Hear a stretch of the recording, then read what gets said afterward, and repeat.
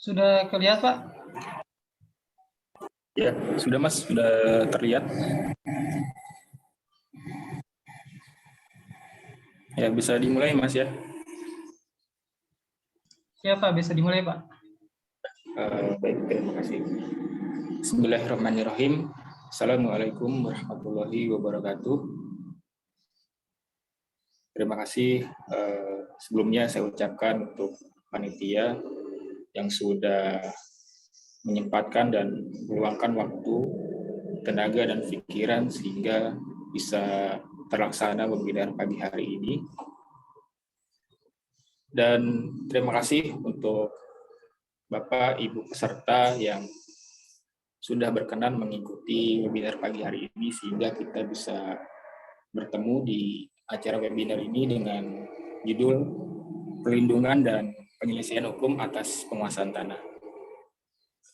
Sebelumnya saya pribadi mohon maaf bila mana sempat terundur karena ada beberapa kegiatan dan acara yang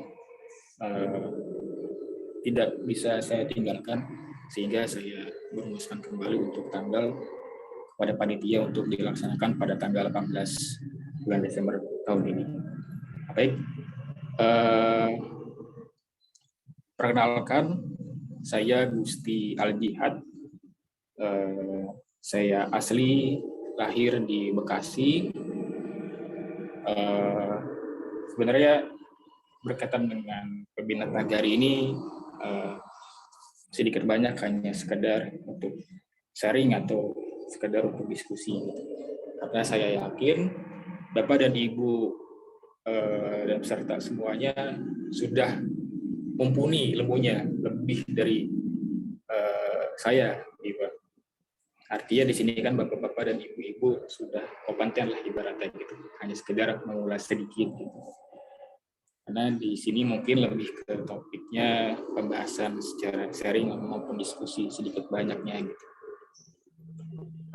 Baik, di sini saya mulai berkaitan dengan judul tersebut. Sebenarnya kita sebelum lebih jauh kita perlu ketahui berkaitan dengan permasalahan sengketa ya, atau penyelesaian sengketa, bagaimana perlindungan hukumnya. Kita harus tarik ulur terlebih dahulu. Sebenarnya apa penyebabnya? Kita juga perlu melihat bahwasannya penyelesaian sengketa atau sengketa ini tidak lepas dari latar belakang, kayak gitu.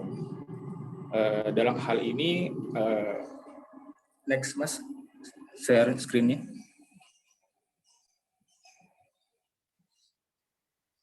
Nah, ya.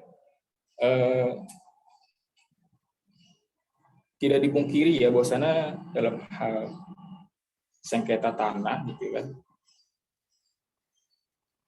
ada latar belakang bahwasanya kenapa sih adanya banyak sekali terjadinya sengketa pertanahan gitu ya, sengketa agraria misalkan gitu. Nah, kita lihat terlebih dahulu sebenarnya latar belakang itu banyak sekali ya. Entah itu kebutuhan negara agraris, kehidupan ekonomi, usaha dan bisnis, politik dan keamanan bahkan ikut campur dalam hal sengketa pertanahan gitu. Kemudian juga ada badan hukum, kemudian ketidakpastian hukum, juga hal yang terpenting adalah berkaitan dengan pemalsuan dokumen, kayak gitu. Kemudian masalah tanah ini juga merupakan masalah yang senantiasa menarik perhatian bagi kita ya. Dikarenakan memang tanah ini kan merupakan sumber kehidupan selain air gitu ya. Kemudian juga dalam kehidupan kita tidak ada manusia yang membutuhkan tanah, gitu. Pasti semuanya membutuhkan tanah. Apalagi yang notabene negara-negara yang masih agraris kayak gitu.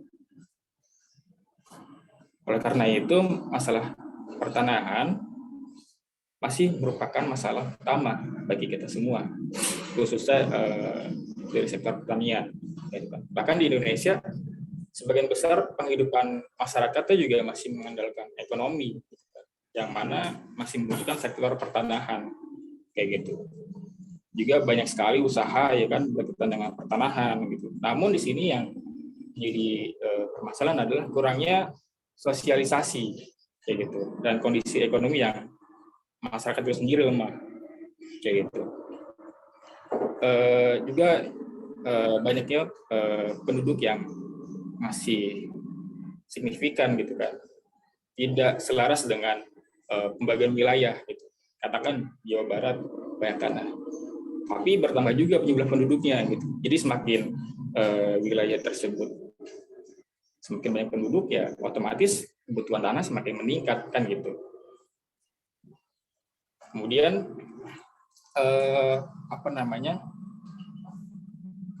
kecenderungan berkurangnya tanah juga digarap juga mengkondisikan sosial yang kurang seimbang, dikarenakan keadaan perekonomian masyarakat tidak merata dan juga diperparah dengan kondisi pembelian tanah yang kurang terencana tadi.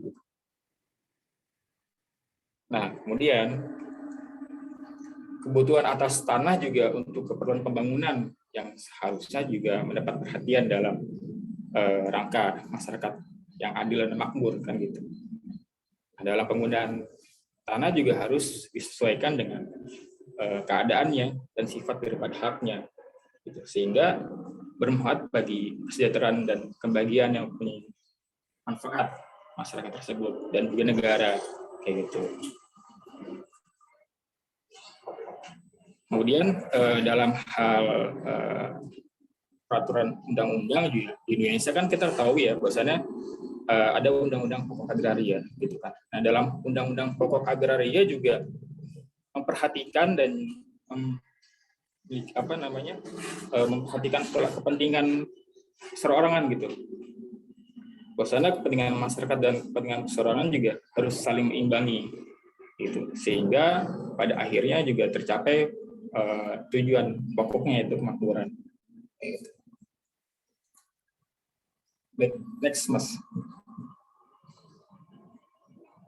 Ya, sebelum ke slide ini juga saya sedikit sharing bahwasanya juga berkaitan dengan sengketa tanah tidak lepas dari pemalsuan dokumen.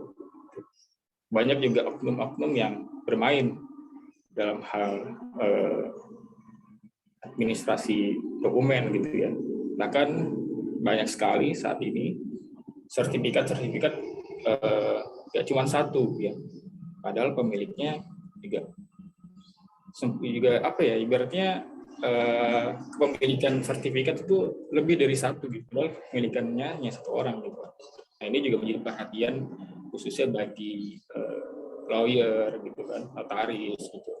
Sangat penting. Kenapa? Karena ini menyangkut dokumen gitu ya. Ketika nanti juga ada proses pembuktian, pasti dokumen itu akan diperiksa juga gitu. Nah, dalam hal pemeriksaan di Indonesia ini terkenal banyak ya, pemeriksaan forensik ya. Salah satunya itu namanya forensik dokumen, grafonomi.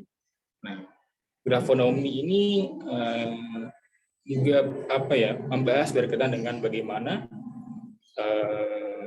keterikatan, kecocokan, perbandingan gitu kan, ibaratnya pembanding gitu antara yang ibaratnya identik dan atau non identik kayak gitu. Ini juga akan berpengaruh ya terhadap pembuktian dalam hukum acara kayak gitu. Bahkan yang tadi saya katakan itu kenapa dokumen itu sangat penting gitu, sangat krusial. Karena memang ketika kita membuktikan dalam persidangan, ini juga sangat berpengaruh terhadap putusan hakim gitu.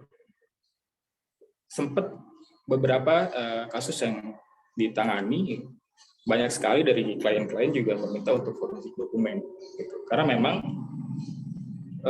sertifikat ganda katakannya, itu kan kita juga kadang suka bingung ya, mana yang ibaratnya memang identik gitu kan, atau yang non identik gitu kan. Ini juga sangat berpengaruh gitu ketika saat persidangan pembuktian. Nah, di sini juga ada namanya seorang ahli forensik dokumen, grafonomi. Nah, nanti juga di sini dalam ahli forensik dokumen ini memeriksa keseluruhan baik itu secara tinta, kemudian secara tekstur teks kertasnya gitu kan, kemudian cara tulisannya, tanda tangan gitu kan, cap, itu semuanya akan bisa terlihat gitu kan. Namun untuk membuktikan bahwasannya itu benar palsu atau tidak, itu nanti majelis hakim yang akan memutuskan. Namun ini sangat berpenting ketika dalam pembuktian dalam hal forensik dokumen. Oke. Kemudian secara dasar hukum dan juga keadilannya gitu kan. Nah, ini yang sebenarnya perlu diperhatikan ya kepada masyarakat. Karena gini, masyarakat itu kan hanya sekedar, kita tahu ya bahwa harapan masyarakat itu kehidupan berbeda ya, baik secara pendidikan, ekonomi maupun sosial gitu. Ada mereka masyarakat yang katakan hanya mengetahui sertifikat kepemilikan doang gitu. Dan sebenarnya masyarakat juga butuh pengetahuan dalam hukum gitu. Kita ketahui bahwasanya di Indonesia ini kan ada Undang-Undang Dasar 1945 gitu ya. Bahwasanya masyarakat juga mempunyai hak. Gitu. Nah, dalam hal hak itu juga berbunyi sebagaimana yang hak masyarakat untuk mendapatkan perlindungan yang merupakan hak setiap warga negara Indonesia. Gitu. Yang juga tertuang dalam Undang-Undang Dasar 1945. Yang diatur dalam pasal 28A, pasal 28D ayat 1 dan pasal 28I ayat 4 dengan jelas menguraikan tentang perlindungan terhadap hak asasi manusia sebagai warga negara Indonesia, perlindungan hak asasi manusia sebagaimana diamanatkan oleh konstitusi dan dapat diimplementasikan dengan tetap berpedoman terhadap prinsip-prinsip penghormatan terhadap hak-hak masyarakat terhadap tanah, kayak gitu. Sehingga memang diperlukan perlindungan terhadap masyarakat yang wajib oleh pemerintah, gitu kan, sebagaimana yang telah diatur dalam konstitusi dan peraturan perundang-undangan, sehingga tujuan pengembangan pariwisata, ya katakan pariwisata, karena banyak sekali tanah-tanah saat ini digunakan untuk pariwisata, gitu kan, untuk kesejahteraan masyarakat dapat benar-benar tercapai, bukan malah menyengsarakan masyarakat pemilik lahan, gitu. Bahkan kita tahu ya hukum adat ya di Indonesia juga sangat penting gitu sebagai dasar hukum agraria gitu. Dan bahwasannya juga mereka ya memang sangat dominan ketika tanah itu adalah dikatakan sebagai nyawa gitu. Bahkan sampai titik darah penghabisan pun dari orang tua, anak, ya kan, cucu, turun temurun gitu. Itu tanah tetap diperjuangkan, bahkan sampai benar-benar titik darah penghabisan. Itu sangat penting ya, tanah gitu kan. Sedangkan di Indonesia saat ini ya banyak sekali sengketa pertanahan gitu kan. Bahkan mungkin di orang-orang Pulau Jawa gitu ya, itu sangat mempertahankan tanahnya juga. Gitu. Kemudian selanjutnya Mas. Ya, sekarang yang jadi persoalan adalah bagaimana landasan yuridis perlindungan hukum bagi pemegang hak atas tanah. Ya, bahwasannya kita ketahui ya, tahun 2012 pemerintah memberlakukan Undang-Undang Nomor 2 Tahun 2012 tentang pengadaan tanah bagi pembangunan untuk kepentingan umum. Di sini saya mengambil untuk kepentingan umum. Bahwasannya berdasarkan pasal 1 dan angka 2 mendefinisikan pengadaan tanah sebagai berikut, yaitu pengadaan tanah adalah kegiatan menyediakan tanah dengan cara memberi ganti kerugian yang layak dan adil kepada pihak yang berhak. Dalam hal ini juga sebenarnya ketidakpastian dalam sengketa tanah itu adalah ganti kerugian. Sebenarnya mungkin ya kalau masyarakat gitu dapat ganti rugi secara adil ya, dengan tadinya lebih banyak pemahaman undang-undang hak mereka, kemudian banyaknya sosialisasi gitu kan. Sebenarnya mungkin masyarakat itu akan ibaratnya legowo ya menerima gitu. Cuman yang jadi persoalan sekarang kan masyarakat itu kan kurang mendapatkan sosialisasi gitu kan. Tidak, mungkin jarang sekali yang mereka haknya seperti apa gitu kan. Bahkan mereka cuma mungkin hanya sekedar tahu ketika megang sertifikat, oh ternyata tanah tersebut punya saya, ini sertifikatnya saya gitu.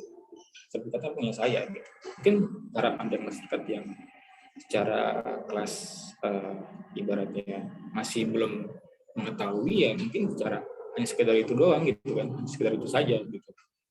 Nah, kemudian juga dalam memperoleh ya, cara memperoleh tanah dalam rangka pelaksanaan pembangunan. Gitu.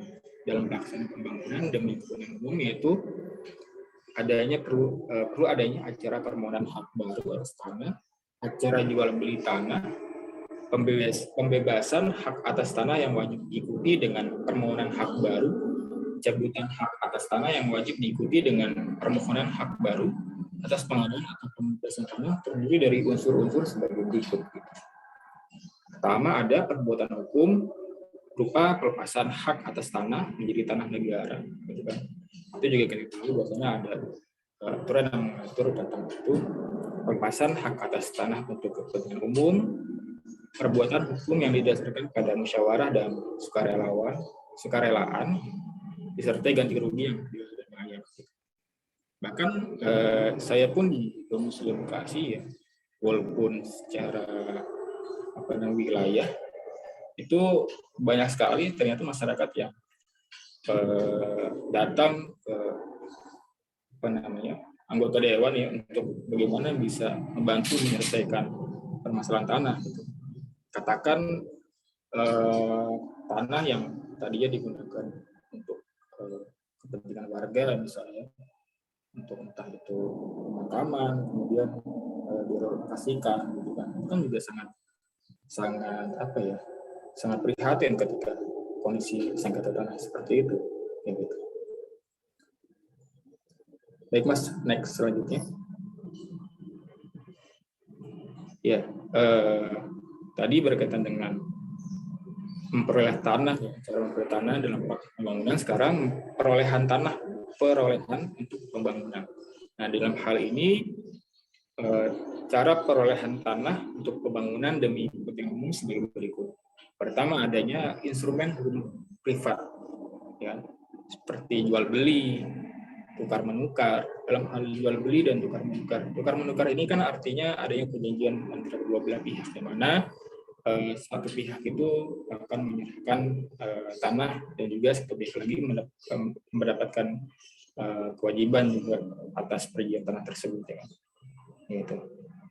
Kemudian adanya instrumen hukum campuran pengadaan atau pembebasan tanah, kemudian instrumen hukum publik atau pencabutan hak.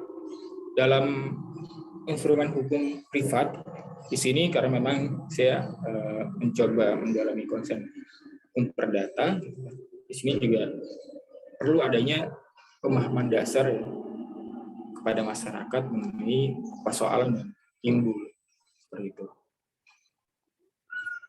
Sebenarnya bisa diketahui masyarakat itu dengan mengadvokasi hukum. Jadi, kita misalnya menjelaskan bahwasannya ternyata di dalam undang-undang perdata ketika ada persoalan atau konflik sengketa perdata itu kita bisa mengambil salah satu pasal. Contohnya pada pasal 1365 Kitab Undang-Undang Perdata yang berbunyi, setiap perbuatan melanggar hukum yang membawa kerugian pada orang lain mewajibkan orang yang karena salahnya menerbitkan kerugian itu mengganti kerugian tersebut. Di samping ketentuan dalam hukum perdata, pemerintah juga mengatur tentang penguasaan tanah tanpa hak, yaitu dalam peraturan pemerintah pengganti Undang-Undang Nomor 51 Tahun 1960 tentang larangan pemakaian tanah tanpa izin yang berhak atau kuasanya. Disebutkan dalam pasal 2 Perpu Nomor 51 Tahun 1960 yang menyatakan larangan pemakaian tanah tanpa izin yang berhak atau kuasa yang sah. Nah, sebenarnya dalam perkembangan situasi saat ini ya, karena banyaknya sekali permasalahan berkaitan dengan sengketa tanah gitu ya. Sebenarnya pasal ini juga bisa dimanfaatkan oleh masyarakat gitu. Setidaknya masyarakat selain tadi bisa mengetahui haknya secara undang-undang dasar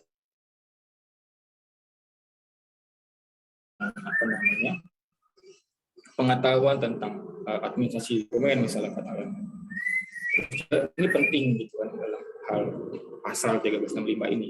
Karena kan nanti juga ketika masyarakat itu kan berkonsultasi dengan apa namanya aparat penegak hukum gitu kan, entah itu lawyer kayak gitu, itu nanti juga akan dijabarkan kan, ada beberapa unsur dalam pasal 1365 gitu kan, nanti dijabarkan nih apa aja permasalahannya segala macam gitu kan, nanti dianalisa gitu.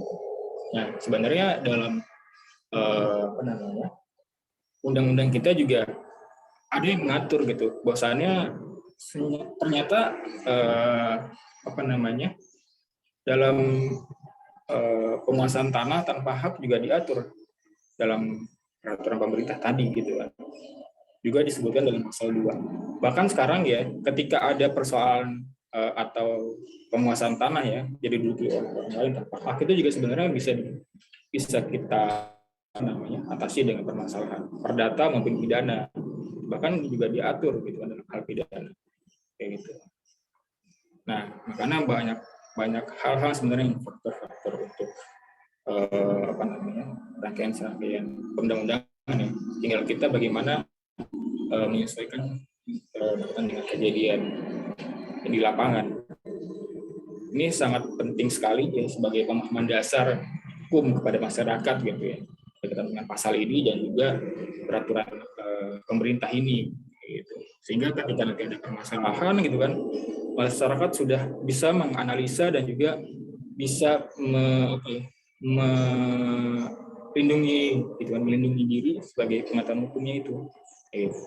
Ketika ada orang atau oknum yang ketika ingin menguasai ternyata sudah mengetahui dasar hukumnya seperti apa, masyarakat itu sudah paham kesedaran hukum, tidak pandang mau itu masyarakat yang menengah ke bawah ya kan, atau menengah ke atas yang pendidikan yang berbeda, tapi setidaknya masyarakat punya keahlian hukum dalam hal hukum pasal seperti ini gitu. Sehingga ketika ada permasalahan bisa diselesaikan dengan luas ibaratnya gitu ya. Baik Mas, selanjutnya ya sebenarnya juga dalam hal data ya, kalau kita bicara tahun 2016 saja juga ya, itu sangat buruk ya catatan konflik tanah di Indonesia kayak gitu. Sebentar saya coba cek di laptop. Ini saya 2 screen ya karena laptop saya ini kadang sinyalnya suka silang Mas. Jadi saya harus harus lihat 2 layar gitu. Ya, bahkan kalau kita lihat ya berdasarkan analisa tahun 2016 saja itu sebanyak 450 konflik agraria yang terjadi gitu kan, dengan melibatkan 1.265.027 hektar itu lahan konflik, dan angka tersebut 2 kali lipat lebih banyak dan luas dari tahun sebelumnya gitu. Itu baik entah data seperti perkebunan, properti, infrastruktur, ya, terus kehutanan, tambang, kemudian pesisir dan kelautan, migas maupun pertanian kayak gitu. Nah, dalam hal ini juga tidak lepas ya dari aktor dan juga korban di balik konflik. Jadi memang setiap ada konflik itu bisa kemungkinan masih ada aktor di baliknya gitu. Nah, tadi saya katakan di awal tadi gitu, adanya apa namanya dilatar belakangi dengan politik maupun keamanan kayak gitu. Itu sudah tidak asing lagi gitu kan. Dalam hal apa namanya aktor dan korban di sini juga versusnya juga ya kita bahasanya seperti korporasi gitu kan, di data tahun 2016 ini sebanyak 172 gitu kan. Kemudian ada keterlibatan pemerintah 101 kasus dan sesama warga 65 kasus. Bahkan juga ya tadi saya katakan ya bahwasanya memang tanah ini ibaratnya seperti nyawa gitu. Sampai titik darah penghabisan juga tetap diperjuangkan gitu kan. Makanya memang perlu pentingnya pemahaman hukum, ya, dasar hukum kepada masyarakat. Bahkan 2014 sampai 2018 ya, luas lahan konflik agraria itu juga cukup cukup tinggi gitu. 2.860.977 hektar itu tahun 2014. Sedangkan 2018 ya walaupun ada penurunan ya 807.177 secara sertifikat ya. Walaupun ya itu juga sebenarnya tetap menjadi masalah gitu kan, dan menjadi persoalan bagi kita sebagai aparat penegak hukum, khususnya yang jurusan hukum. Bagaimana persoalan masyarakat ini bisa terselesaikan gitu. Tentunya kita harus pemahaman dasar-dasarnya seperti mungkin tadi pasal 1365 gitu, sebenarnya kita juga perlu tahu gitu sebenarnya larangan-larangan tadi, pasal pidana perdatanya kayak gitu. Nah, bicara mengenai undang-undang agraria gitu kan, juga dapat kita pahami ya. Baik, selanjutnya Mas.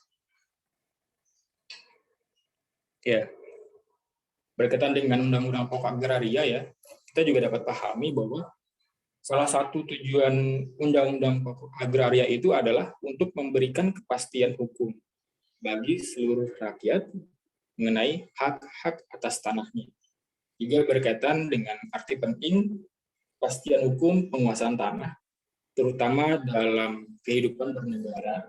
Ya. Maka Undang-Undang Agraria di Indonesia mengatur tentang pendaftaran tanah dalam rangka menjamin kepastian hukum bagi pemegang hak atas tanah yang dimaksud. Dalam rangka menjamin kepastian hukum bagi pemegang hak atas tanah, maka menurut undang-undang sertifikat merupakan alat pembuktian yang kuat sehingga bagi pemiliknya diberikan kepastian hukum dan perlindungan hukum. Gitu. Ya, karena tadi saya katakan bahwasanya masyarakat itu hanya mengetahui mungkin katakan sertifikat ketika punya tanah, ketika punya sertifikat masyarakat sudah aman nih. Nah itu sebagai salah satu pembuktian juga.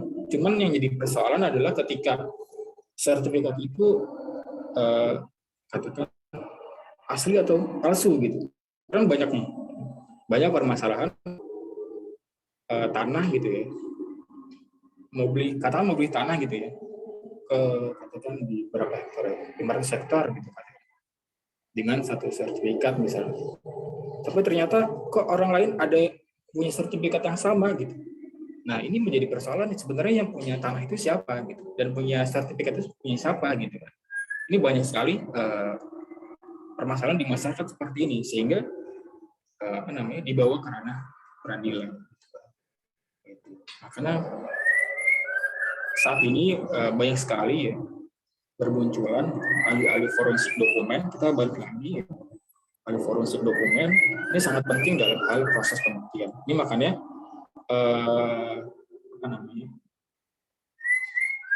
ini tidak banyak masyarakat yang mengetahui bahwasanya adanya ahli forensik dokumen kayak gitu. Dan pendidikan memang cukup sulit gitu karena memang detil bagaimana dia bisa berusaha membuktikan berkaitan dengan identik atau non identik atas dokumen sertifikat tadi. Gitu. Baik Mas, selanjutnya. Oh ya, maaf belum satu lagi tujuan tadi. Jadi sebenarnya tujuan diundangkannya Undang-Undang Pokok Agraria ini sebagaimana dijelaskan dalam penjelasan umum meletakkan dasar-dasar bagi penyusunan hukum agraria nasional yang akan merupakan alat untuk membawakan kemakmuran, kebahagiaan dan keadilan bagi negara dan rakyat, terutama rakyat tani ya, dalam rangka masyarakat yang adil dan makmur sebagai dasar kenasionalan. Kemudian meletakkan dasar-dasar untuk mengadakan kesatuan dan kesederhanaan dalam hukum pertanahan sebagai dasar kesatuan dan kesederhanaan. Kemudian meletakkan dasar-dasar untuk memberikan kepastian hukum mengenai hak-hak atas tanah bagi rakyat seluruhnya sebagai dasar kepastian hukum. Baik, selanjutnya Mas.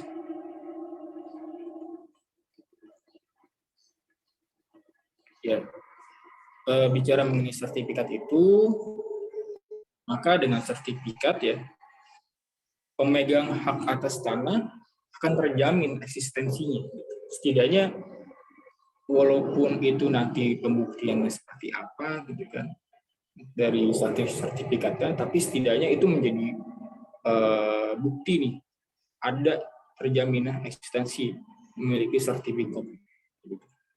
Kadang kan ada juga yang sertifikat gitu ya, ternyata sertifikatnya itu palsu gitu kan.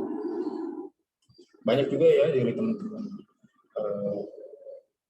senior advokat yang lain gitu ya, yang menangani kasus-kasus sertifikat, tapi jarang sekali yang bekerja sama dengan ahli forensik dokumen. Makanya ketika pembuktian gitu ya itu ada resiko tersendiri gitu ketika ternyata wah saya bawa sertifikat ini dokumen saya penting gitu kan, ibaratnya identik nih benar-benar asli gitu, tapi ternyata pas saat pembuktian palsu gitu.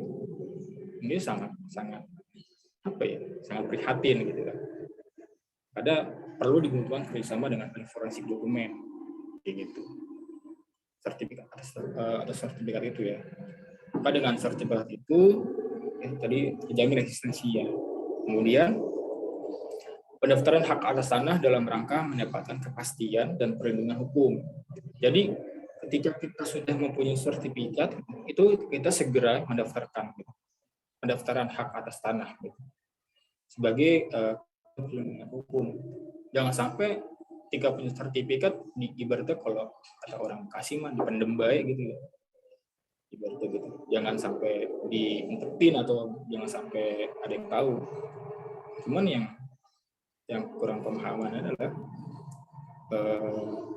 seharusnya itu didaftarkan terlebih dahulu gitu atau dipendem baik berarti tentu harus didaftarkan terlebih dahulu gitu. Ya, tentunya sistem publikasi pendaftaran tanah gitu ya. Artinya kepastian hukum dalam perlindungan hukum sebagai salah satu tujuan pendaftaran tanah tergantung kepada sistem publikasi pendaftaran tanah yang dilakukan oleh suatu negara. Nah, sebagai gambaran ya, Indonesia sebagai negara menganut sistem publikasi pendaftaran yang negatif. Artinya sistem pendaftaran negatif ini pemerintah juga sebenarnya tidak menjamin kebenaran dan kebenaran data ya yang disajikan dalam sertifikat dan buku tanah gitu. Bahkan ketika ada permasalahan sertifikat juga kadang kan BPN cuman juga suka ditarik gitu ya, dilibatkan gitu. Katakan kok bisa gitu, ibaratnya ada data yang ibaratnya tidak menjaminkan atas pendidikan sertifikat tanah gitu. Kok bisa gitu, ada banyak sekali kasus yang melibatkan BPN. Sistem publikasi negatif ini juga dinilai oleh beberapa kalangan tidak memberikan jaminan kepastian hukum bagi sertifikat. Banyak yang beranggapan bahwa sistem publikasi negatif tidak seideal sistem publikasi positif yang diterapkan oleh negara-negara maju. Hal ini karena dianggap sistem publikasi negatif kurang memberikan kepastian hukum sehingga berpotensi menimbulkan sengketa. Karena tadi berangkat dari tidak menjamin kebenaran gitu kan. Data yang disajikan atas sertifikat dan buku tanah itu, maka ya saat ini juga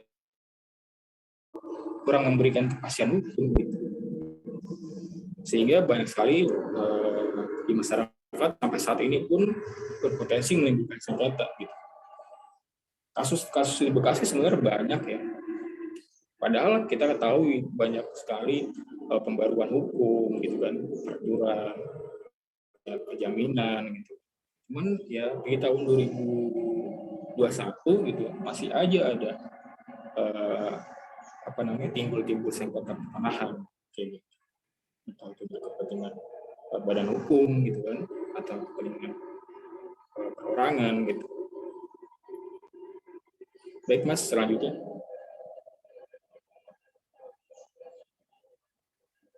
Ya, berkaitan dengan pentingnya tanah sebagai sumber kehidupan tersebut ya, maka pendaftaran tanah merupakan hal yang sangat penting, urgent, terutama dalam kehidupan masyarakat yang semakin kompleks.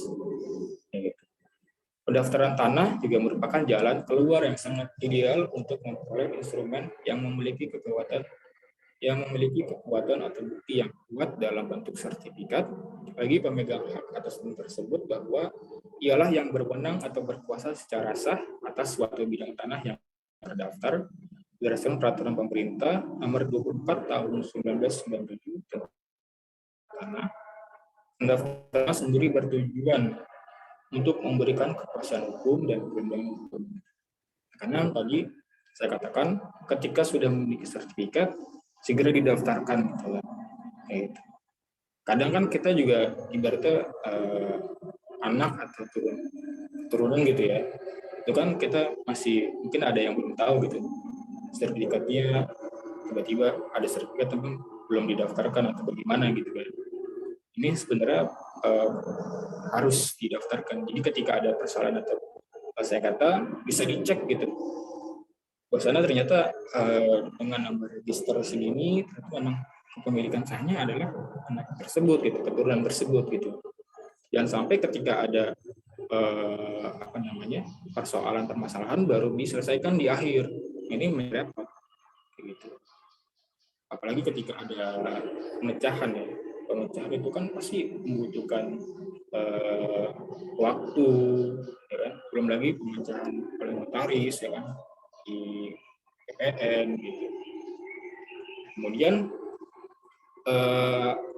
untuk menyediakan informasi kepada pihak-pihak yang berkepentingan termasuk pemerintah agar dengan mudah dapat memperoleh data yang diperlukan dalam mengerjakan perbuatan hukum mengenai bidang-bidang tanah dan satuan-satuan rumah susun yang sudah terdaftar untuk terselenggaranya tertib administrasi pertanahan.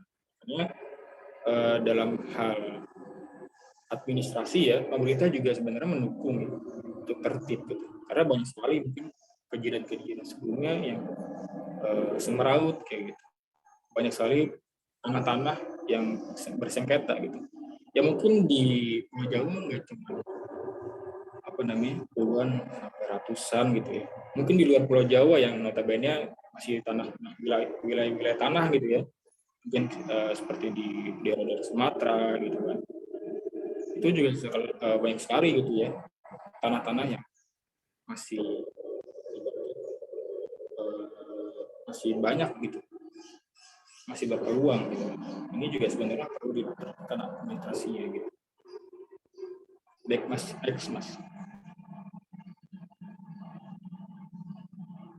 Ya, selaras ya dengan KPK nomor 47 tentang pendaftaran tanah, tujuannya yaitu orang-orang dan badan hukum tanah dengan mudah dapat membuktikan bahwa mereka lah yang berhak atas tanah itu, apa yang dipunyai dan tanah yang dimanakan yang dimiliki.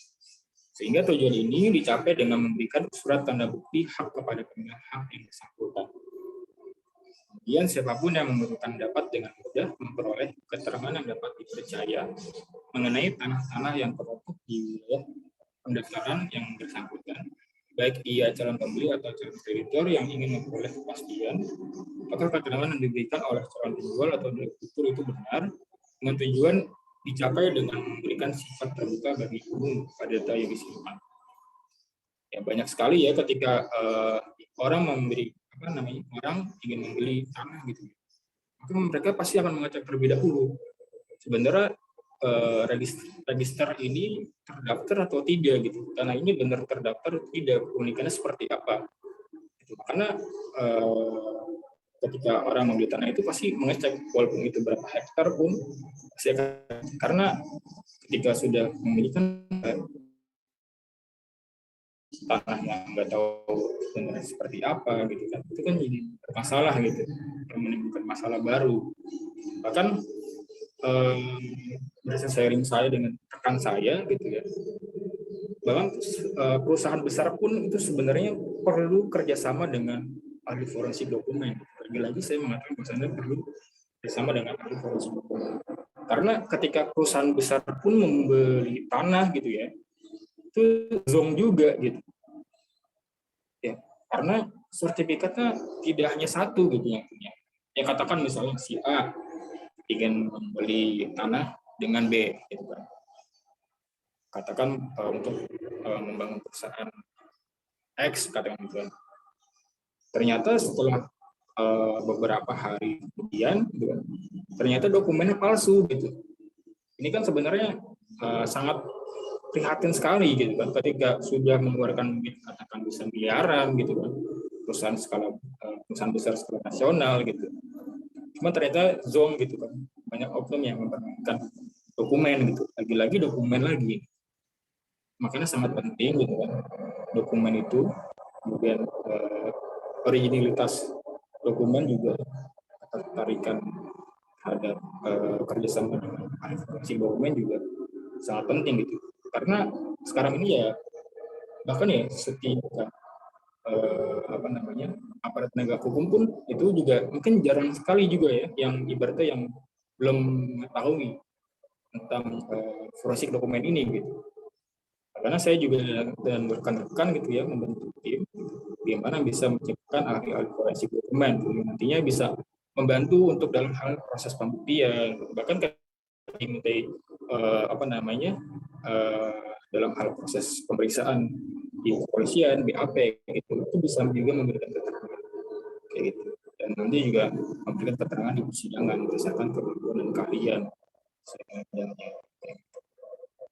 Nah, dalam hal cara menyelesaikan sengketa tanah ya kita proses alur ya, proses pengelolaan pengaduan itu sebenarnya kita juga bisa ya, seperti pemohon ya, datang ke kantor pertanahan gitu kan, di lembaga pelayanan ya, penerimaan pengaduan ya dapat disampaikan melalui pengaduan, kemudian juga dalam proses pelayanan juga dan pemrosesan oleh unit kerja yang terkait, kemudian adanya penanganan pengaduan ya, dan penyiapan tanggapan rekomendasi atau solusi, kemudian ada penyampaian hasil penanganan pengaduan dan atau tanggapan.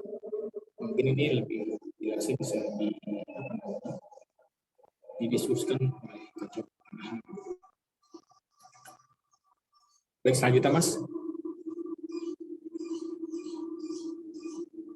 Ya, berkaitan dengan objek pendaftaran tanah di mana sertifikat sebagai alat pembuktian hak. Maka ada macam-macam sertifikat berdasarkan objek pendaftaran tanah dalam peraturan pemerintah nomor 40 tahun 1996 dan peraturan pemerintah nomor 24 tahun 1997. Itu adanya sertifikat hak milik, yang ada sertifikat hak guna usaha, sertifikat hak guna bangunan atas tanah, hak guna bangunan atas tanah hak pengelolaan, hak pakai atas tanah negara, hak pakai atas tanah hak pengelolaan, tanah hak pengelolaan, tanah wakaf, kemudian hak milik atas satuan rumah susun, hak milik atas satuan dan rumah susun, dan juga apabila suatu waktu terdapat gugatan ya, atau tuntutan hukum di pengadilan atas objek tanah yang telah diterbitkan sertifikatnya, maka semua keterangan yang terdapat dalam sertifikat tersebut mempunyai kekuatan pembuktian yang kuat sepanjang tidak ada bukti lain yang mengingkarinya. Ya, makanya lagi-lagi kita bicara mengenai hukum.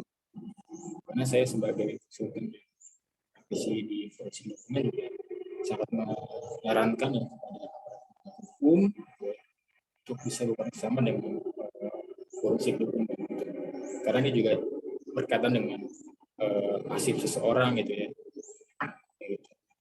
Baik, mungkin cukup sedikit banyaknya dari pada pagi hari ini ya, Mas Rian selaku moderator. Mungkin sisanya bisa didiskusi atau mungkin sharing gitu ya.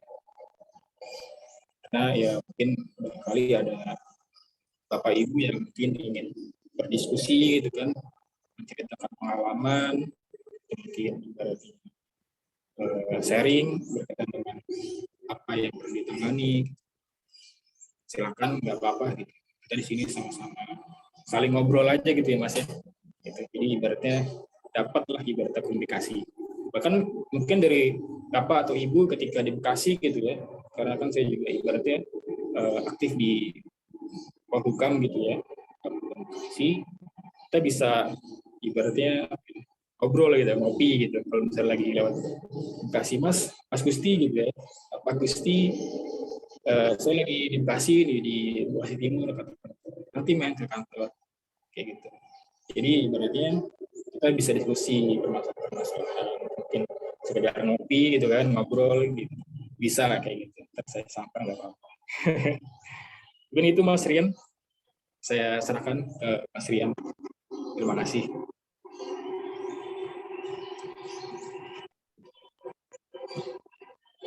Baik, terima kasih kepada Pak Gusti Al-Jihad SH yang sudah memaparkan materi webinar kali ini yang sangat luar biasa. Setelah itu kita akan memasuki sesi diskusi atau tanya jawab. Di sini udah ada yang raise nih Pak Rianto ya, yang mau bertanya mungkin. Oke, mungkin langsung saja Pak Rianto untuk mengajukan pertanyaannya kepada pemateri. Mangga dipersilakan Pak. Oh ya, silakan Pak Rianto ya. Ya, terima kasih Pak atas waktunya. Tanpa mengurangi rasa hormat, langsung saja. Ini Pak, sebenarnya sengketa tanah itu ada sebagian yang bukan dari pemalsuan dokumen ataupun sertifikat ya gitu. Saya mempunyai pernah mengalami kejadian di desa kami seperti ini Pak. Sengketa tanah itu karena kesalahan penguasaan fisik atau dari penjual. Contoh seperti ini Pak. Ketika si A itu punya tanah banyak, lah dijual sama si B dan si C. Lalu karena sertifikatnya itu banyak kan tidak tahu bahwa yang dijual lahan B tetapi memberikan sertifikatnya itu yang C lah. Otomatis kan yang B kan menguasai lahan B. Yeah. Lahan yang B tapi sertifikatnya C. Nah, begitu juga yang sebaliknya kayak gitu. Nah, ketika ada semacam penggusuran untuk pabrik apa gimana itu yang kena penggusuran ataupun untuk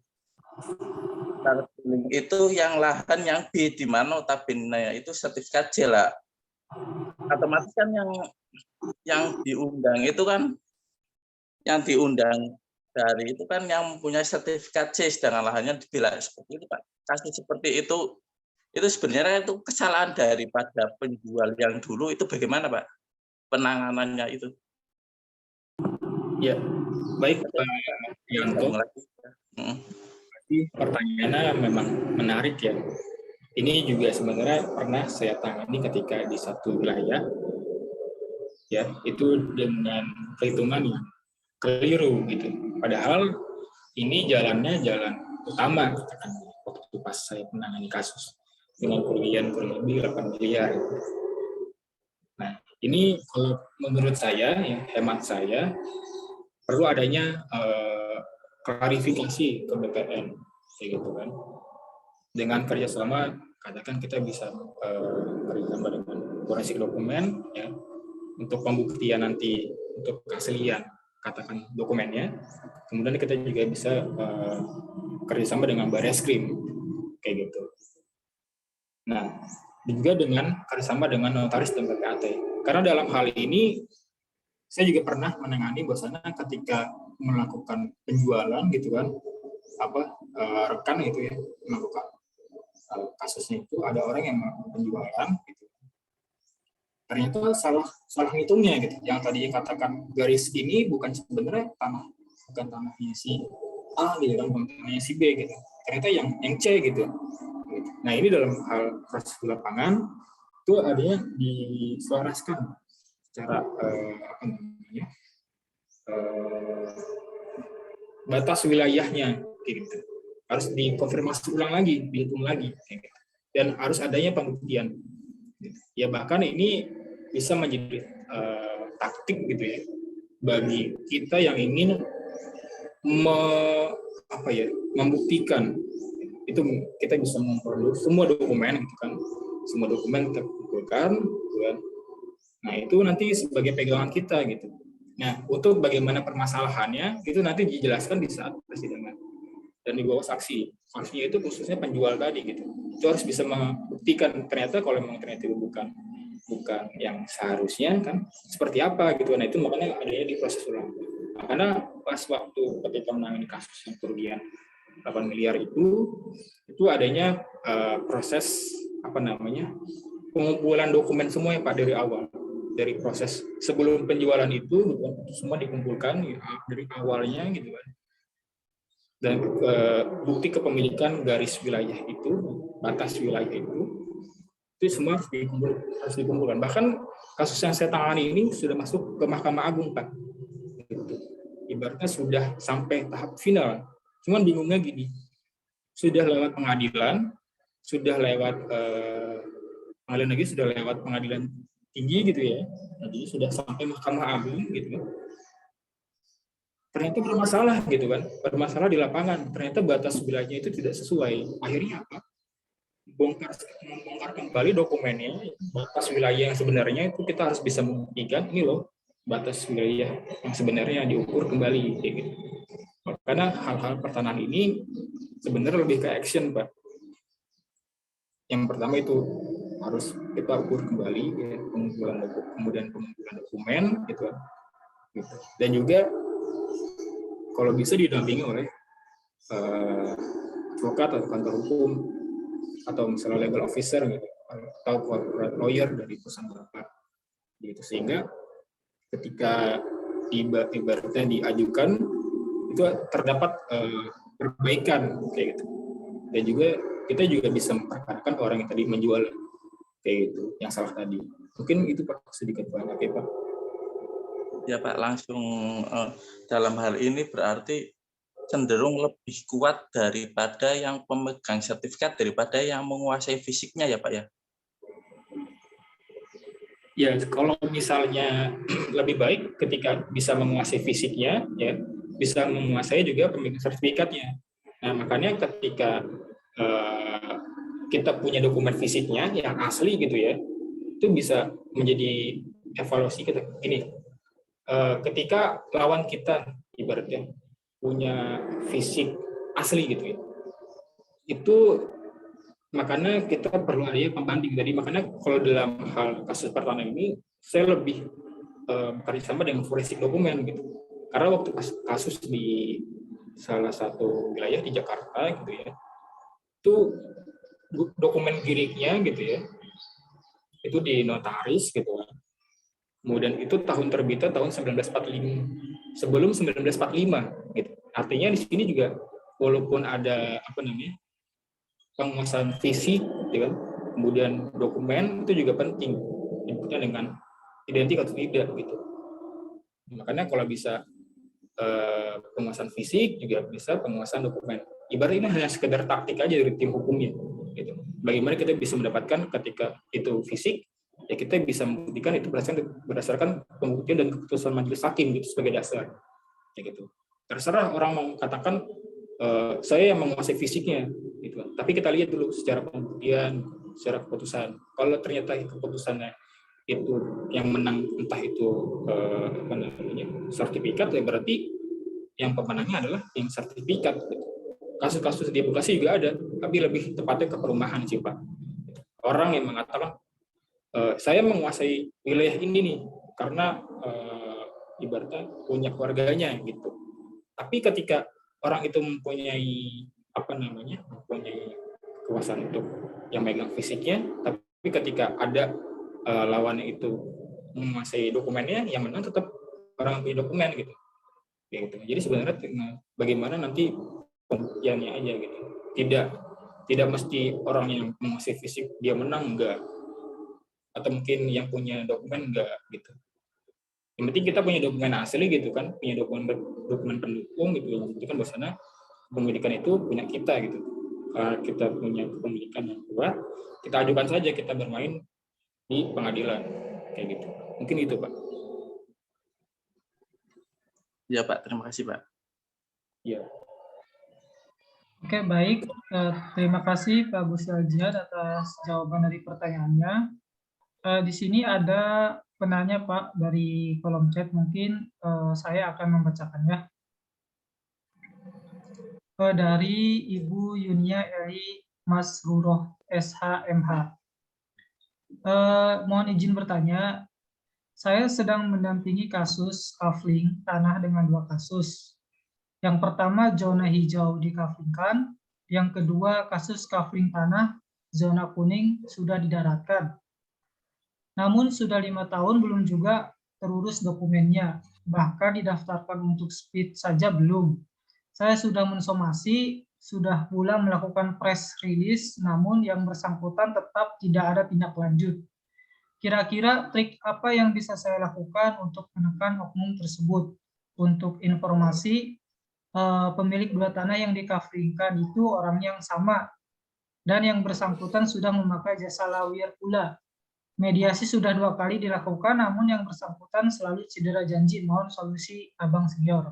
Mungkin ini lebih detailnya bisa dilihat di kolom chat ya Pak. Ya, siap-siap. Ya, menarik ya kasusnya, memang ini kafling ya. Saya saat ini juga sedang berusaha menangani kasus kafling ya, bahkan bukan cuma 5 tahun, mungkin kira-kira 11 tahun Bu.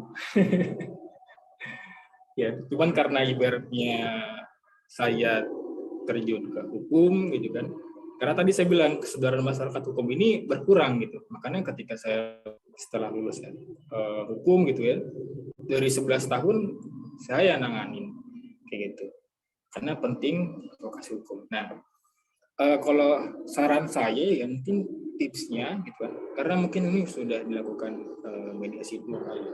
Karena kan walaupun yang bersangkutan sudah memakai jasa lawyer, tapi ini hanya untuk mendampingi.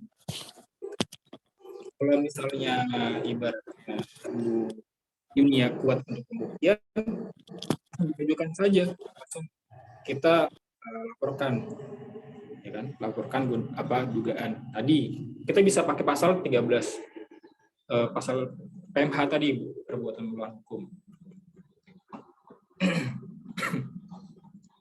Ya, makanya tadi penting sekali ya, sebagai dasar kita bisa melakukan gugatan ya 1365 Koperdata itu juga. Nah, makanya mungkin ya tips dari saya adalah pertama, ketika memang sudah menemukan kafling ini kan berkaitan dengan penduduk ya. Kalau di saya di sini malah penanganan kasus edukasi itu kurang lebih ada 82 kakak gitu ya yang ditangani. Ini perumahan kafling juga kayak gitu. Bahkan kurang lebih 11 tahun. Dokumennya belum turun gitu. Yang mana sedang diurus. Nah, saran saya walaupun disomasi gitu ya dan segera janji, langsung saja dilaporkan ke pihak yang berwenang. Ini tergantung tim hukum Bu Yunia, apakah mau diarahkan ke yang perdata atau yang mau pidana. Tapi kalau saran saya lebih cepat itu pidana. Jadi ketika kita sudah mengumpulkan bukti, ya, dapat surat kuasa khusus, ya, kita langsung laporkan saja, kayak gitu. Kita langsung laporkan saja ke tahap pidana, supaya apa? Walaupun dia pakai jasa lawyer, kita terus tekan di situ, gitu. Ya pasti orang takutlah ya ketika dipenjarakan. Itu juga cedera janji bisa kita masukkan ya. Itu bisa kita masukkan dalam hal perdata. Kalau menurut saya tipsnya langsung saja Bu dilaporkan. Ya. Ya, betul. Ajukan saja pidananya Bu. Kalau misalnya ternyata dalam hal somasi sudah dilakukan, ya kan, mediasi gagal, ya, itu nanti menjadi bukti bahwasanya ternyata tidak ada itikat baik dari yang bersangkutan, kayak gitu. Ibaratnya, oh iya, satu tips lagi Bu, kita perlu ketahui, ya, keturunannya itu ahli warisnya siapa aja. Nah, ketika katakan yang bersangkutan ini si X, ya, ternyata si X ini punya kakak, punya adik, ya, punya masih ada orang tua, katakan seperti itu ya. Ini perlu kita mintai tanda tangan surat kuasa khusus. Namanya surat kuasa khusus istimewa. Jadi ketika ada permasalahan ke depan gitu kan, ketika memang tidak terpenuhi prestasinya, itu bisa mendasarkan surat kuasa khusus istimewa itu, kayak gitu. Sehingga walaupun yang bersangkutan tetap tidak ingin menandatangani gitu ya, katakan gini lah, dokumennya kami aja yang menangani gitu ya, kami aja yang menjalankan, kami aja yang menurunkan gitu, silakan tanda tangan. Ternyata orang itu tidak mau gitu, saya tetap tidak mau gitu ya. Tapi kan kita juga penting gitu ya, membutuhkan dokumen itu ya. Walaupun dia ternyata tidak mau tanda tangan, tapi ternyata kakak, adik, orang tuanya mau bertanda tangan, tidak apa-apa Bu, tetap kita ajukan saja ya, kita buat laporan gitu kan. Nanti di persidangan kita sampaikan bahwasanya si X ini tidak ingin bertanda tangan gitu. Artinya tidak ada itikat baik untuk menyelesaikan dokumen kayak gitu. Artinya ya ternyata memang yang bersangkutan pasti kan bersalah gitu. Mau gak mau sih, walaupun beliau itu punya jasa lawyer kan pasti lawyernya juga mikir-mikir gitu kan. Karena kan dari sifat lawyer ini kan hanya mendampingi gitu kan. Gitu. Ya pasti lawyer itu kan juga digaji ya, cuman kan ibaratnya tidak lepas dari tanggung jawab daripada si yang bersangkutan ini gitu. Kayak gitu mungkin tipsnya ketika kita sudah somasi gitu ya. Di sini kan belum ada ini ya, belum ada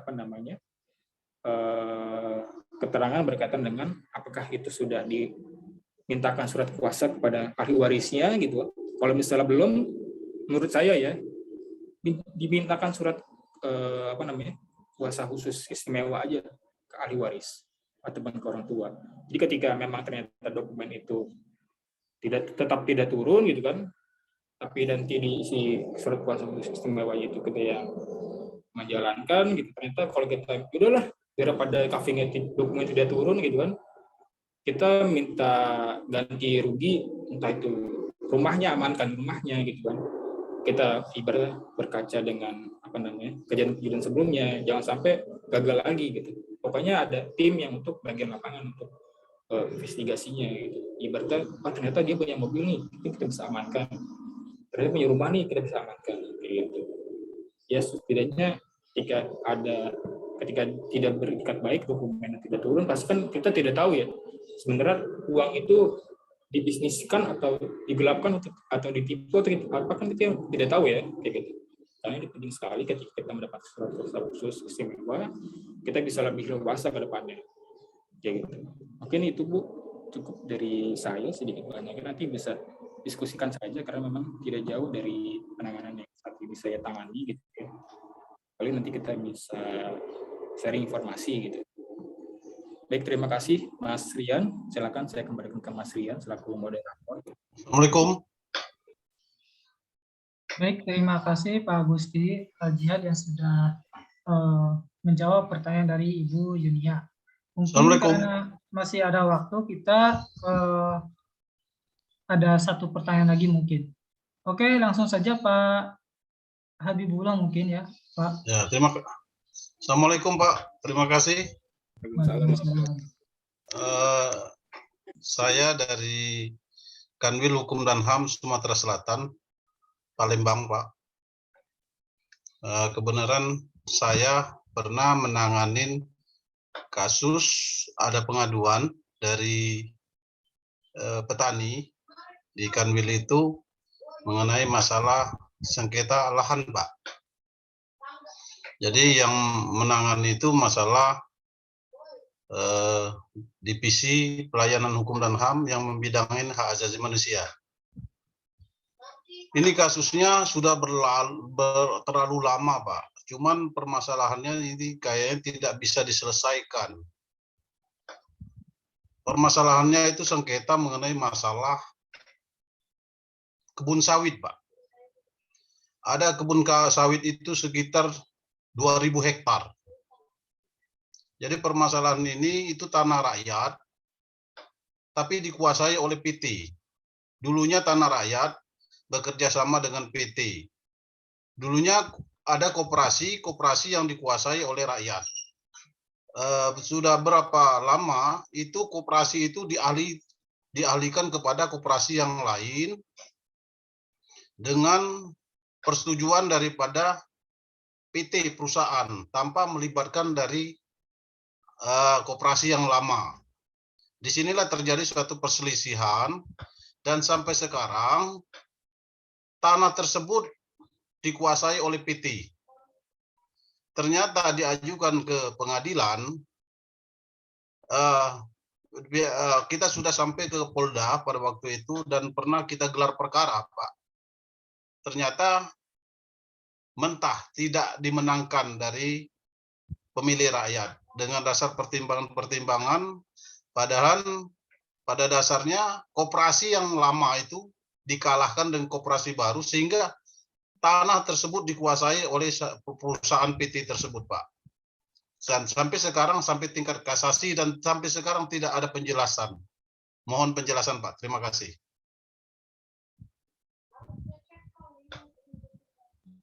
Ya, baik, terima kasih.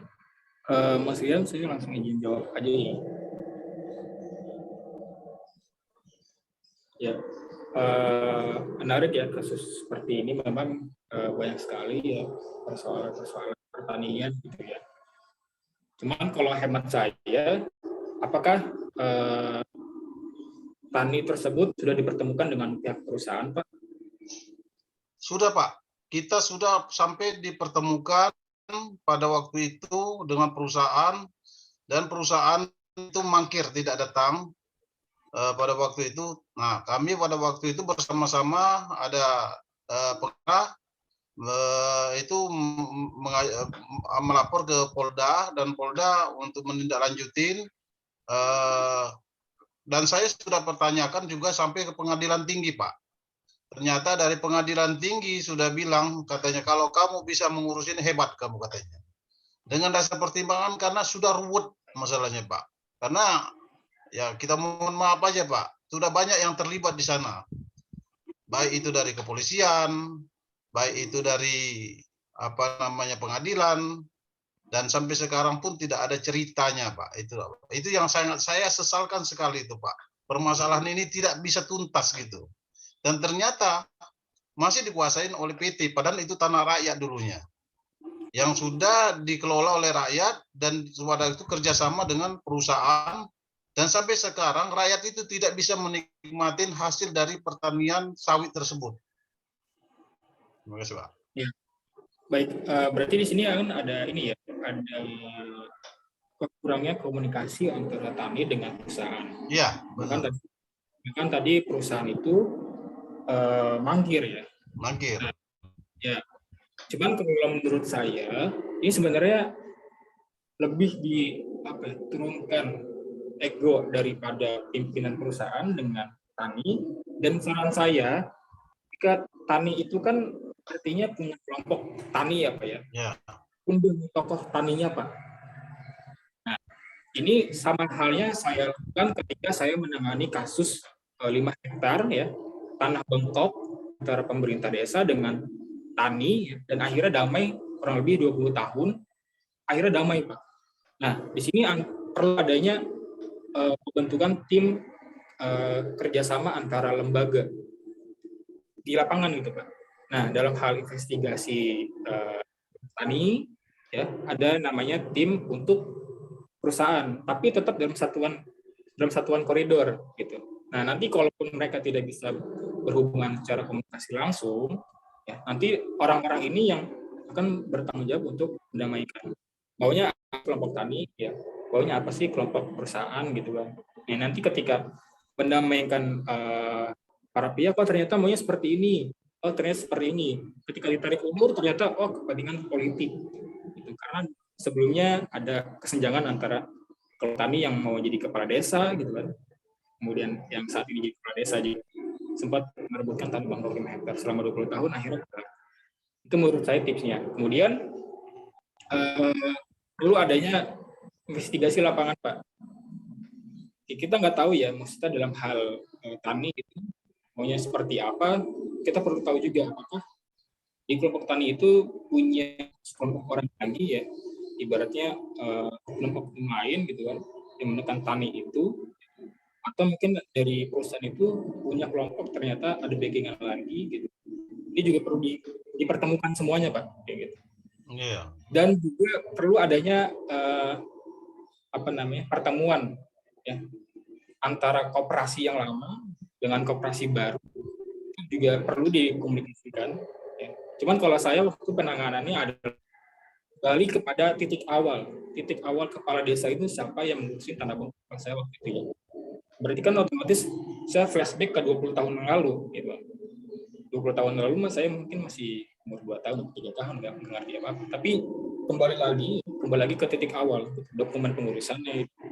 Kalau kita sudah menemukan titik awal, tadi mungkin koperasi awal lama gitu ya, dengan koperasi baru, itu kita pertemukan dulu, Pak. Titiknya apa, permasalahannya apa, kemudian dari pihak tani sepertinya apa. Biasanya dari pihak tani itu adanya miskomunikasi dengan pimpinan perusahaan biasanya sih. Saya analogikan antara kantor tani dengan pemerintah desa juga kayak gitu.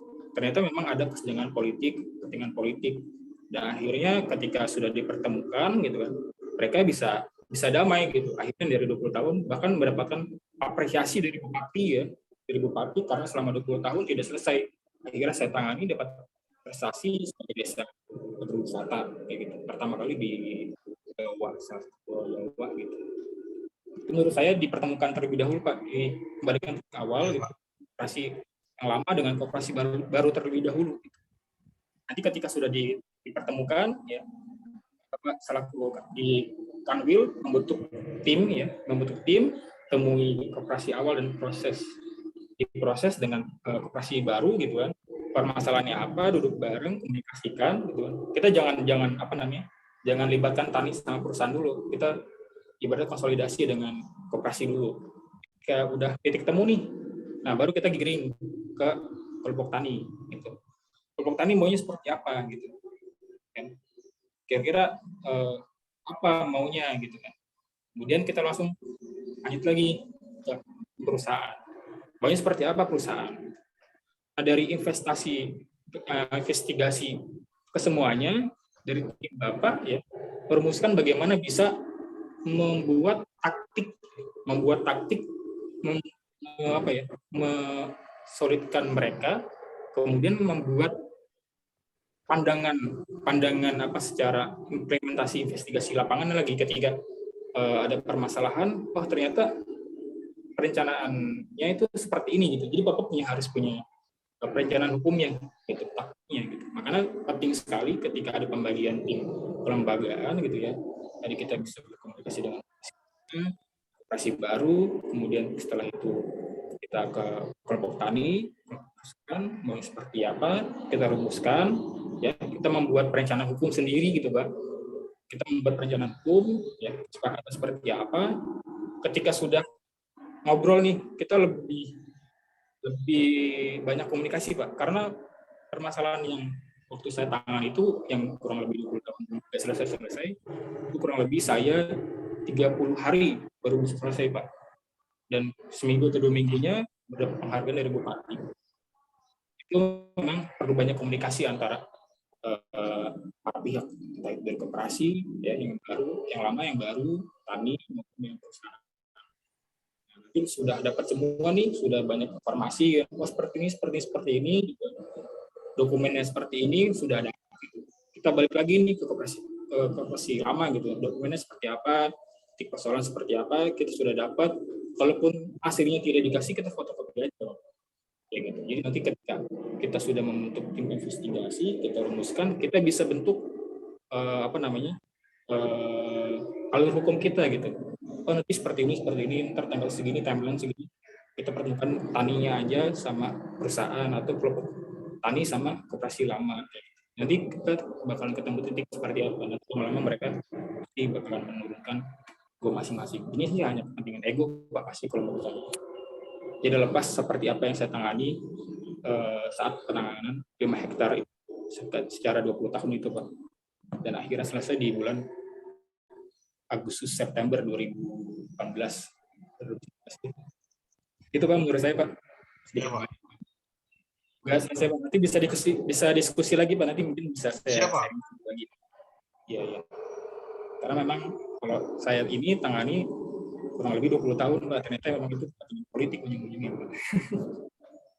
Ya Pak, kalau bisa nanti bisa komunikasi Pak untuk bagaimana nanti tindak lanjutnya. Iya Pak. Dan ini sampai sekarang masyarakat atau petani belum sama sekali menikmati hasil pertaniannya Pak. Sekarang dikelola oleh semua perusahaan, jadi masyarakat tidak menikmati sama sekali. Iya. Siap Pak, nanti kita berkabar aja Pak. Oke Pak, terima kasih Pak. Iya, siap. Ya Mas Rian, silakan moderator. Oke, terima kasih Pak Gusti Al-Jihad sudah menanggapi dan menjawab dari pertanyaan Pak Habibullah. Mungkin kita masih ada waktu sedikit. Mungkin satu pertanyaan lagi. Ya, dari teman-teman mungkin ada yang mau ditanyakan. Saya Pak, saya Mas sekali lagi Mas. Oke, baik. Ya. Pak Rianto, silakan. Iya Pak, terima kasih Pak. Kebetulan kan saya kan salah bekerja di salah satu pemerintahan desa Pak ya. Jadi kasus tanah ini memang sangat menarik Pak bagi saya kayak gitulah. Seperti ini Pak, contoh sengketa tanah itu biasanya yang timbul di desa itu katakanlah tanah waris, ahli warisnya itu 3 kayak gitu. Nah, ahli waris ABC itu sebenarnya tanah waris itu miliknya ABC secara hukum Pak ya lah. Kebetulan penguasaan tanah itu dikuasai A dan B karena yang C itu entah melancong kemana kayak gitu.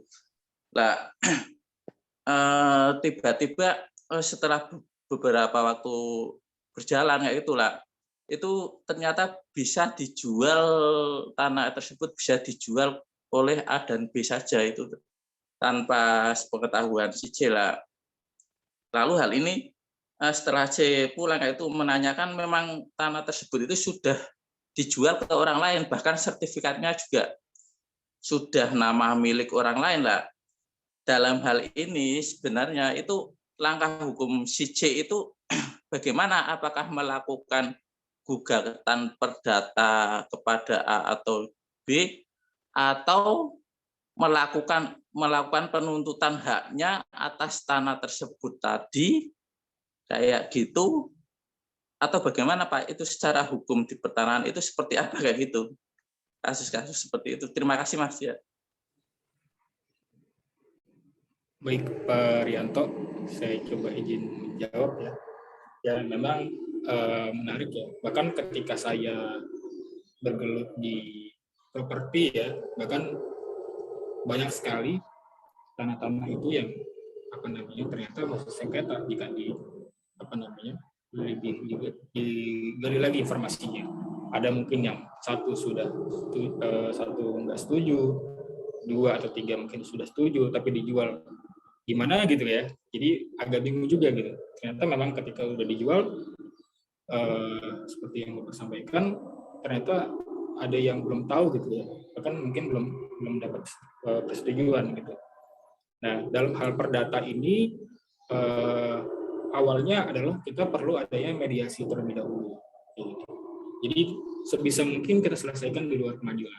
Karena kan ini berkaitan dengan keluarga ya.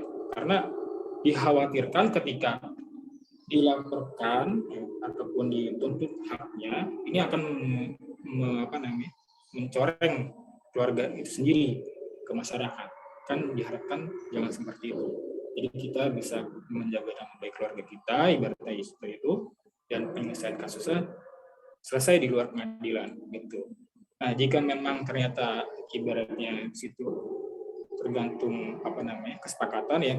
Biasanya sih kalau misalnya nggak sesuai, nggak setuju ya, itu bisa diobrolkan dengan si penjual ke A dan B. Kenapa gitu kan? Kok bisa? Cuman ternyata ketika tidak ada hasil kesepakatannya gitu kan, tidak ada kejelasannya, ya diingatkan kembali aja gitu. Bahwasanya ketika tidak ada penyelesaian akan dilaporkan, karena memang bagaimana ya Pak ya, pasti udah ditempuh jalur mediasi. Cuman kalau ternyata ada pembagian, kita nggak tahu nih seperti apa perjanjian dalam kronologis keluarga itu pada awal mulanya gitu kan. kayak gitu. Kalau ternyata ada pembagian ibaratnya sebagian untuk C, walaupun C tidak setuju, mungkin barangkali C bisa menerima, kan menjadi selesai permasalahannya. Cuman kalau ternyata tidak ada pembagian, ya tidak ada pembagian, walaupun itu apa namanya dijual, tidak disetujui, nah itu baru dilaporkan saja Pak. Gitu. Karena itu kan sebagai tanah ahli waris ya, artinya ahli waris ketiganya harus bisa harus bisa mendapatkan gitu pembagiannya kayak gitu. Nah kalau ternyata tidak dapat sama sekali ya, tidak di awal juga tidak setuju bahwasanya tanah itu dijual, artinya kan si C ini bisa menuntut hak, itu bisa dilaporkan ke pengadilan, ya, bisa bukan perdata, ya, bisa juga ke pidana kayak gitu. Cuman kalau untuk urusan pasaran nanti ditentukan oleh penyidik kayak gitu Pak. Mungkin itu Pak. Iya Pak. Dalam artian langkah daripada C ini berarti menuntut bagian hak tanahnya kepada pembeli yang baik. Pembeli yang baik itu kan pembeli dilindungi oleh undang-undang atau menggugat secara perdata kepada ahli waris lainnya Pak ya. Kalau secara hukum agraria itu seperti apa gitu? Ya, kalau secara logikanya ketika tanah itu sudah dibeli oleh pembeli, kemudian uang itu tunai ya, ke ahli waris A dan B, otomatis yang C itu memintanya kepada yang A dan B itu. Karena kan pasti otomatis pembeli itu kan tidak tahu ya, ibaratnya C itu menyetujui atau tidak gitu. Tapi biasanya ketika tanah waris itu memang harus ada persetujuan kan. Itu bisa juga kalau ternyata si pembelinya itu mengetahui bahwasannya tanah tersebut si C tidak setuju, ya kemudian ternyata C juga mengetahui bahwa pembeli itu tahu, itu juga bisa dikaitkan Pak.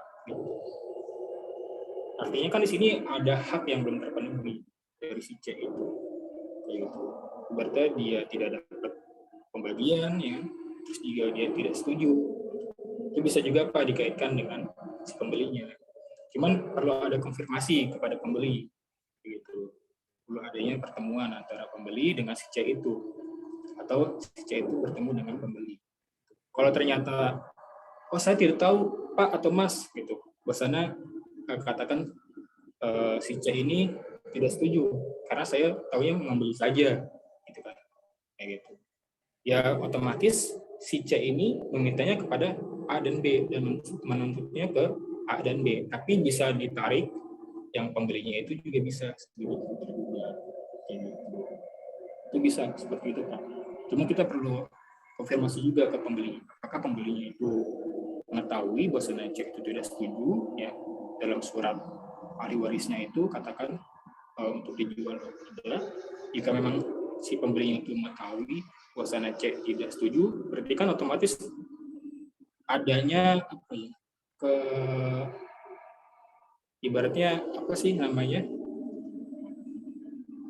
ada yang permufakatan gitu Pak.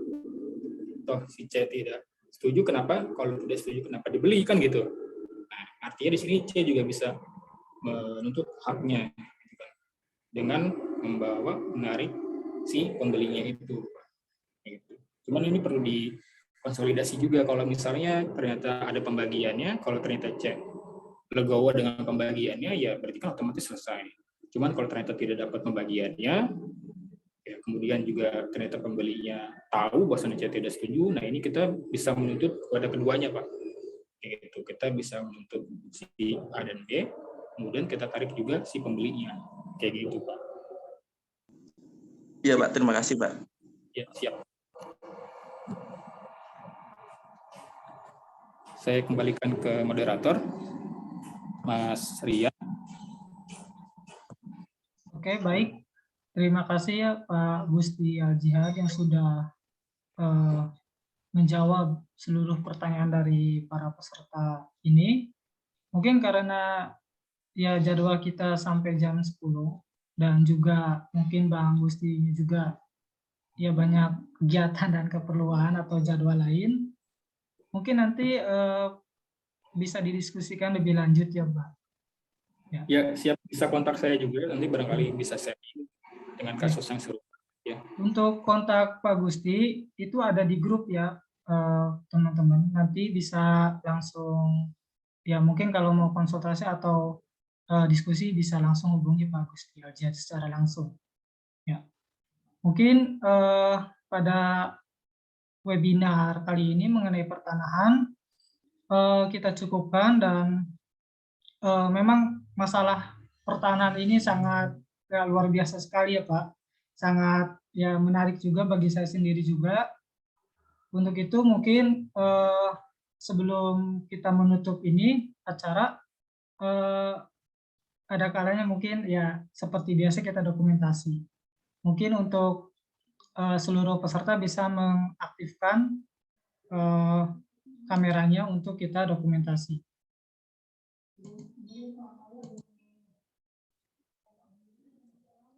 Yuk kita aktifkan yuk.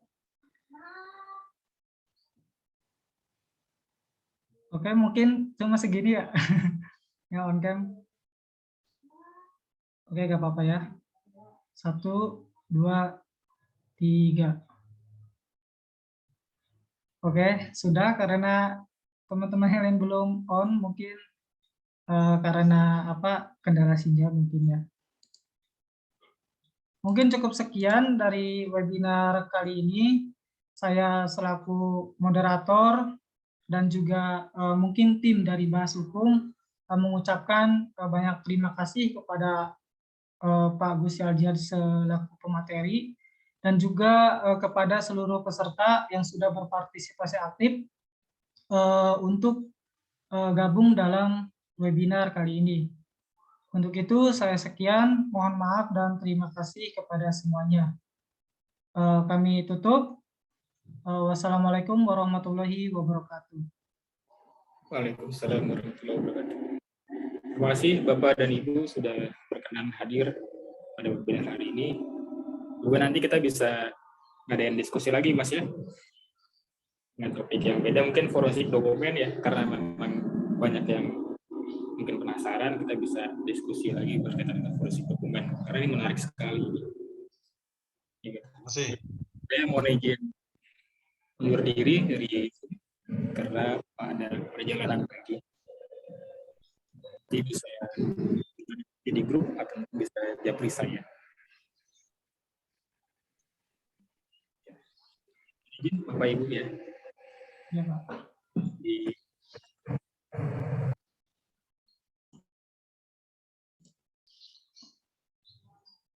Oke, untuk semuanya bisa meninggalkan Zoom.